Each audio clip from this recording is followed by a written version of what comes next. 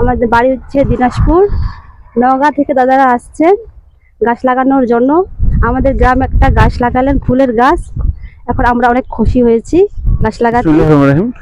এই মুহূর্তে আমরা এখন দাঁড়িয়ে পরাননগর দিনাজপুর, এখানে আমরা একটা কি বলবো হচ্ছে গির্জার সামনে দাঁড়িয়ে আছি। সেই গির্জার সামনেই আমরা কৃষ্ণচূড়া একটা রোপণ করলাম দিনাজপুরের মধ্যে। এটা দিনাজপুরের শুরু রোপণ করা।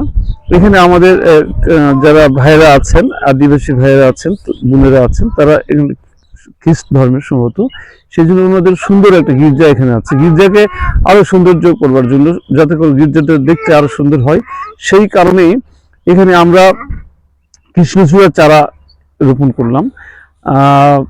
আশা করছি যে সবাই এই চারাটা দেখবেন এবং এটা একসঙ্গে গাছে পরিণত হবে, ফুল হবে এখান থেকে। এবং একই সাথে এখানে আরো একটা ফলের গাছও দিতে চাই, হচ্ছে জলপাই ফল আমরা দিতে চাই। এখানকার কর্তৃপক্ষ যারা ছিলেন তারা সবাই নেই, কিছু কিছু আছেন এখানে। তো আমি প্রত্যাশা করছি যে নিশ্চয়ই আমাদের যে টিম, সবুজের ফেরিওয়ালা টিম, সেই টিম এখান দিয়েই 8টা জেলা, উত্তরবঙ্গের রংপুর বিভাগে 8 জেলা টাচ করা হলো। এই 8 জেলা ইনশাল্লাহ আজকে আবার শেষ হয়ে যাবে।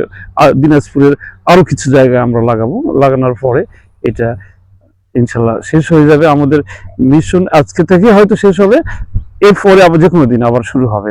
এবং একই সাথে আমি যারা এই দীর্ঘ পথ চলাই, যারা এই দীর্ঘ সময় বৃক্ষরোপণে বিতরণে সহায়তা করেছেন, আমি তাদের সবাইকে ধন্যবাদ জানাই।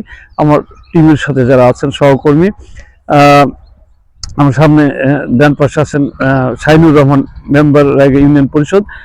এরপর দাদারা আছেন, তারপর আমাদের হচ্ছে সাংবাদিক ভাই লিয়াকত ভাই আছেন দিদি কি নাম, রিনা দিয়ে আছেন, সমাজসেবক হচ্ছে আবু হাসান আছেন, এবং সমাজসেবক শহীদুল ইসলাম আছেন আরেক দাদা।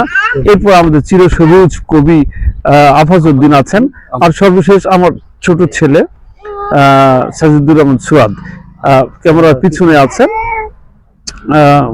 মামুন, যে উজ্জ্বল নামে পরিচিত, সে ইউনিয়ন পরিষদেও কাজ করেন।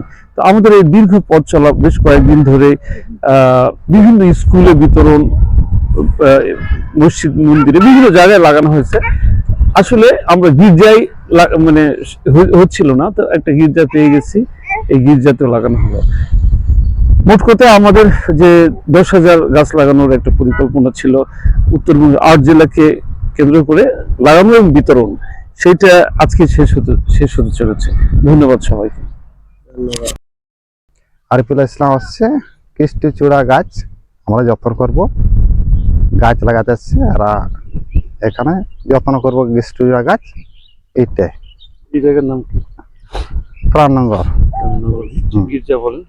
প্রাণনগর গির্জা, কে গির্জা ঘরের জন্য খুশি খুশি আমরা। ওকে, ধন্যবাদ।